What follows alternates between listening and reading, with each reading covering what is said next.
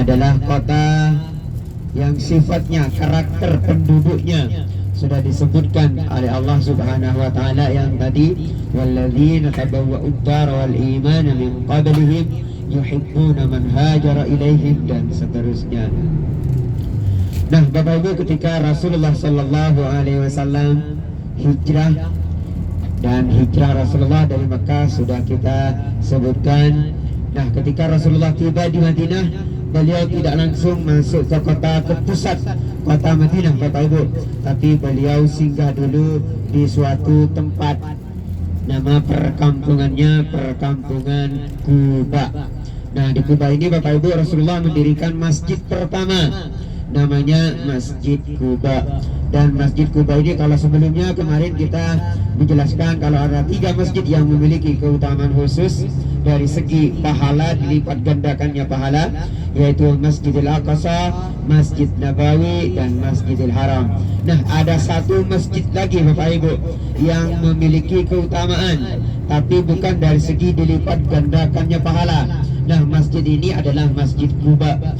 Barang siapa yang salat, sabda Rasulullah, barang siapa yang salat di Masjid Quba, maka ia akan mendapatkan pahala umrah. Jadi nanti insya Allah nanti kita akan city tour dan kita mengunjungi Masjid Quba.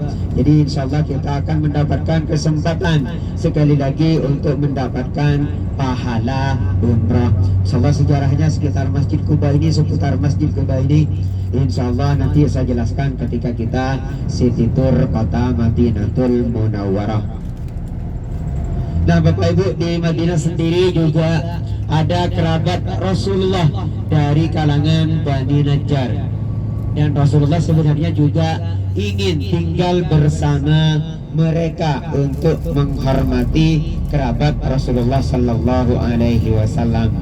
Nah, Bapak Ibu, ketika orang-orang Madinah atau penduduk Quba yang tadi mereka mendengar kabar bahwa Rasulullah sudah berangkat dari kota Makkatul Mukarramah. Nah, mereka setiap hari Bapak Ibu, mereka setiap hari menunggu kedatangan Rasulullah. Setiap pagi mereka menunggu kedatangan Rasulullah. Nah, baru ketika matahari sudah terik dan mereka sudah tidak kuat lagi, maka mereka pulang ke rumah mereka masing-masing. Nah, itulah yang dilakukan oleh penduduk Madinah setelah mereka mendengar kabar bahwa Rasulullah sudah berangkat dari Makkatul Mukarramah. Sampai suatu hari Bapak Ibu, seperti hari-hari sebelumnya, setiap pagi tangan Rasulullah dan terik matahari sudah tidak kuat mereka tanggung, akhirnya mereka masuk ke dalam rumah mereka masing-masing. Akan tetapi ada satu pemuda Yahudi yang melihat kedatangan kafilah dari arah Mekah. Beliau melepas selendang beliau dan dibuat untuk menaungi Rasulullah Sallallahu Alaihi Wasallam dari terik matahari. Nah, baru mereka tahu yang mana Rasulullah Sallallahu Alaihi Wasallam.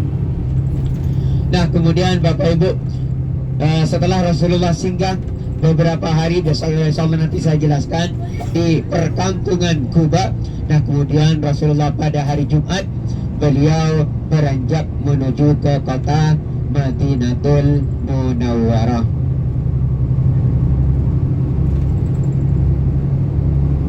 Beberapa hari di rumah mereka karena mereka ingin keberkahan Rasulullah Sallallahu Alaihi Wasallam. Nah, sebelumnya Bapak Ibu, penduduk Madinah sendiri yang orang Arab ada yang tinggal, ada orang Yahudi dan juga orang Arab. Nah, yang orang Arab ini Bapak Ibu terpecah menjadi 2 kabilah. Nah, kabilah ini sebenarnya dulunya satu, tapi karena sering bertikai perang saudara akhirnya terpecah menjadi 2, yaitu kabilah Aus TL kita dan kabilah.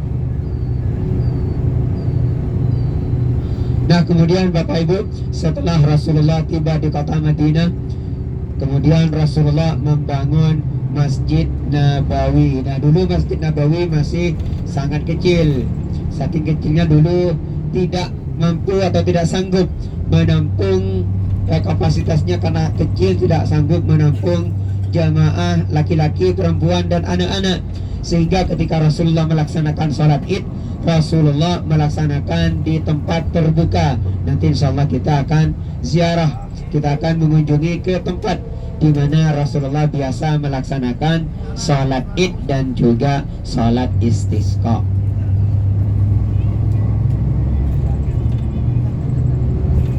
Nah, kemudian Rasulullah SAW membuat piagam perdamaian bagi penduduk Madinah, baik yang orang Arab ataupun yang dari kalangan Bani Israel, di mana tidak boleh, salah satunya adalah tidak boleh memicu peperangan atau pertikaian di kota Madinatul Munawwarah, dan barang siapa yang memicu pertikaian dan perpecahan peperangan di kota Madinah, maka akan diusir dari kota Madinatul Munawwarah.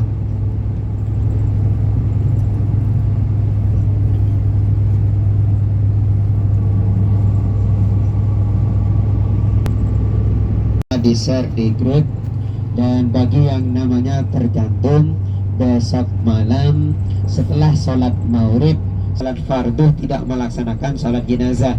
Kalau tidak melaksanakan sholat jenazah berarti memang tidak ada jenazah yang siap disolati pada waktu tersebut.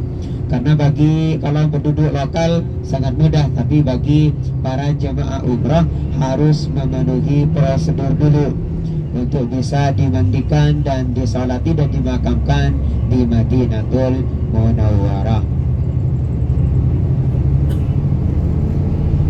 Nah, bahkan ada sabda Rasulullah SAW, beliau bersabda, barang siapa yang mampu meninggal di kota Madinah, falyaf'al, kata Rasulullah, maka lakukanlah. Jadi ada anjuran dari Rasulullah untuk meninggal di kota Madinatul Munawwarah. Nah, caranya bagaimana? Caranya dengan tinggal di kota Madinatul Munawwarah sampai akhir hayatnya. Bukan berarti bunuh diri di kota Madinah, tapi tinggal di kota Madinah sampai akhir hayat beliau, sampai akhir hayatnya.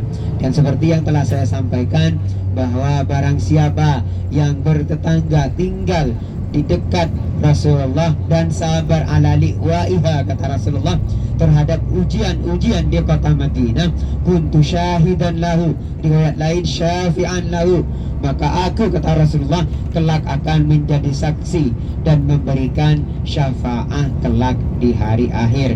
Jadi Bapak Ibu, kita sekarang menara Masjid Nabawi sudah kelihatan dari sini. Jadi kita sebentar lagi kita semakin dekat dengan Rasulullah Sallallahu Alaihi Wasallam. Jika sebelumnya kita hanya mengucapkan salam, membaca salawat dari jauh kepada Rasulullah, nah sebentar lagi, beberapa hari ke depan, kita akan bertetangga dengan Rasulullah Sallallahu Alaihi Wasallam. Jadi selama di kota Madinatul Munawwarah, Bapak Ibu, banyak-banyak membaca salawat dan salam kepada Rasulullah Sallallahu Alaihi Wasallam.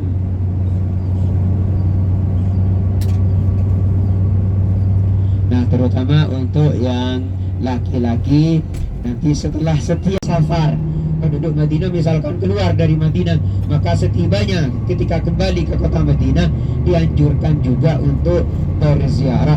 Nah, hal ini yang rutin dilakukan oleh Ibnu Umar, putra dari Sayyidina Umar, Abdullah Ibnu Umar. Setiap beliau keluar dari kota Madinah bepergian dan pulangnya, beliau pasti akan berziarah dulu, memanggil salam dulu kepada Rasulullah, kemudian kepada ayahanda beliau yaitu Umar bin Khattab. Karena yang satu tempat yang saya sebutkan tadi, sunnahnya ketika kita tiba di kota Madinatul Munawwarah, kita memanggil salam kepada Rasulullah Sallallahu Alaihi Wasallam. Nah, kecuali bagi yang berhalangan, maka cukup memanggil salam dari jauh saja kepada Rasulullah Sallallahu Alaihi Wasallam. Tapi bagi Bapak Ibu yang sehat, yang mampu, nah kita berkumpul di lobi, kita ke Masjid Nabawi nanti sambil sholat, nanti sholat di Masjid Nabawi, agar karena kalau sholat di hotel Bapak Ibu pahalanya hanya satu, beda dengan yang di Mekah tadi.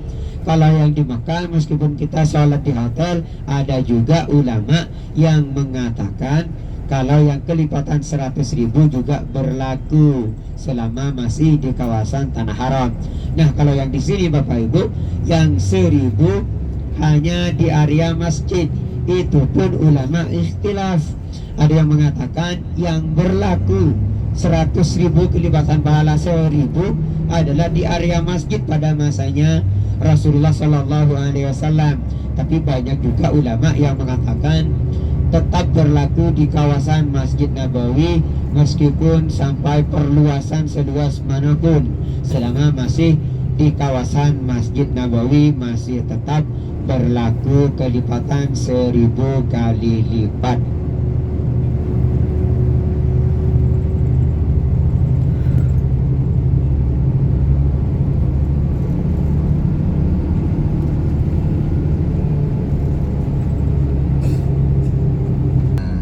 Ibu, Bapak, hotel yang di awal itu posisinya sebelah sini. Nah, sebelum kita belok itu posisinya sebelah kanan. Yang harusnya adanya di sebelah kanan. Perhatikan di depan kita ini sudah masjid ya.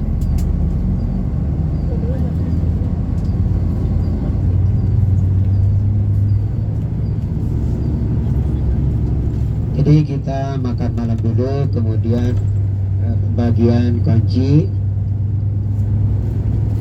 dan kemudian kita kumpul di lobby. Nanti kita infokan, saya infokan nanti di grup jam berapa kita kumpul di lobby.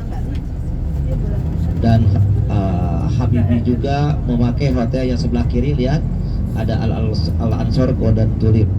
Nah, ini juga alternatif langsung diajak makan malam. Untuk koper mudah-mudahan tidak lama lagi, atau mudah-mudahan mungkin sudah ada. Nah, jadi seperti biasa, seperti kemarin, insya Allah koper kita antar ke depan pintu kamar masing-masing. Dan bagi yang tidak sabar nunggu, insya Allah kalau sudah sampai tandain dulu nomor kamarnya, lalu kita distribusikan ke depan kamar masing-masing. Jadi kalau belum datang itu koper, tolong jangan terlalu memaksakan saya harus nganterin gitu. Setelah ada dan setelah kita pilih, insya Allah kita langsung kirim ke depan pintu kamar masing-masing. Pas saya betul dekat. Nah, jadi Habibie Group insya Allah tidak akan membohongi, malah kita upgrade yang lebih baik dan lebih dekat. Jadi untuk nanti belum, jangan dulu turun ini, di depan kita ada mobil, mungkin digeser dulu karena ini belum parkir, landingnya belum pas. Ya, ini ke sebelah kanan kita ini hotelnya. Jadi ini dekat banget ke musholanya perempuan.